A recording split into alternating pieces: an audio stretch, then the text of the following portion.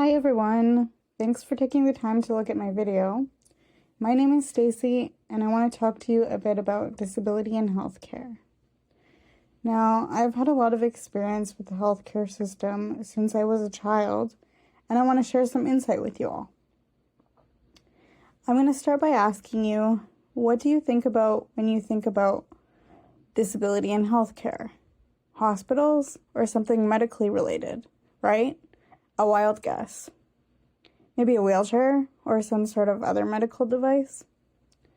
When you think about hospitals or medical services, you think, well, hospitals fix people or even cure them.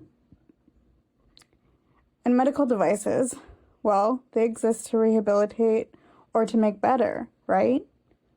Why is this the narrative we use when thinking about people with disabilities? Rehabilitate, fix, medical device? See, medical. That's just it. It's because of the medical model of disability, which we, as a society, believe in very strongly and don't often consider the negative impacts the model has on disabled people. According to the medical model of disability, disability is an individual problem caused by disease, trauma, or other health conditions, and requires sustained medical care provided by professionals. Management of disability is aimed at a cure, or an almost or effective cure. See, medical care is the main concern, and at a political level, the main response is to reform or modify healthcare policy. Never mind the social, emotional impacts that this system has, where, you're seen as other, or let's just fix you. That's the narrative we as a society believe. I will say this, though. It has gotten better, but there will always be work to do. Which leads me to my next point. As someone with a disability, I don't think about hospitals. You see, what I think about is internalized ableism, which up until about 10 years ago, I didn't know was a thing. This was a result of being made to feel different and like I was something to be fixed. I had to be as normal as possible, I can't have other disabled friends. No, what would others think? Somehow, that will make me more disabled. And wait, stop and think about this for a second. I had to do this. Has having only able-bodied friends freed me of my wheelchair? Obviously not. I'm still sitting here.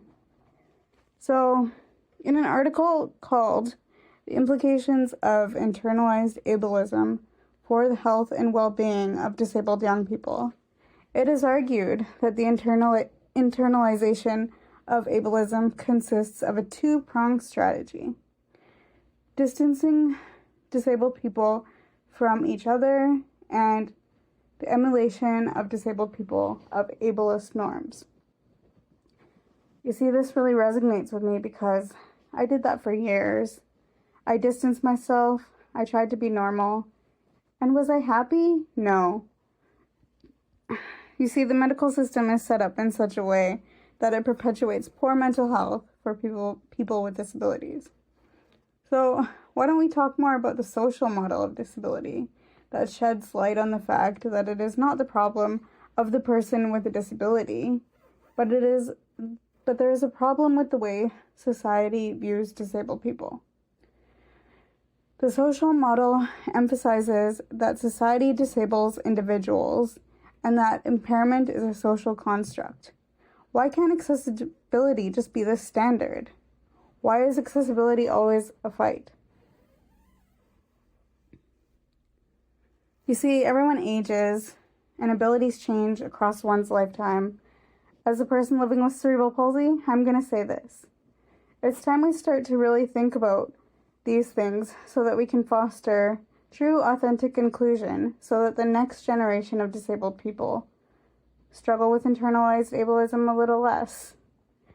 Now, of course, we all know the medical model that benefits many with disabilities and many even without disabilities. Come on, guys. I wouldn't have my wheelchair without it and still be crawling on the ground. Come on now.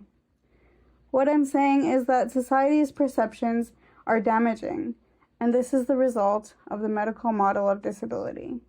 Think about that.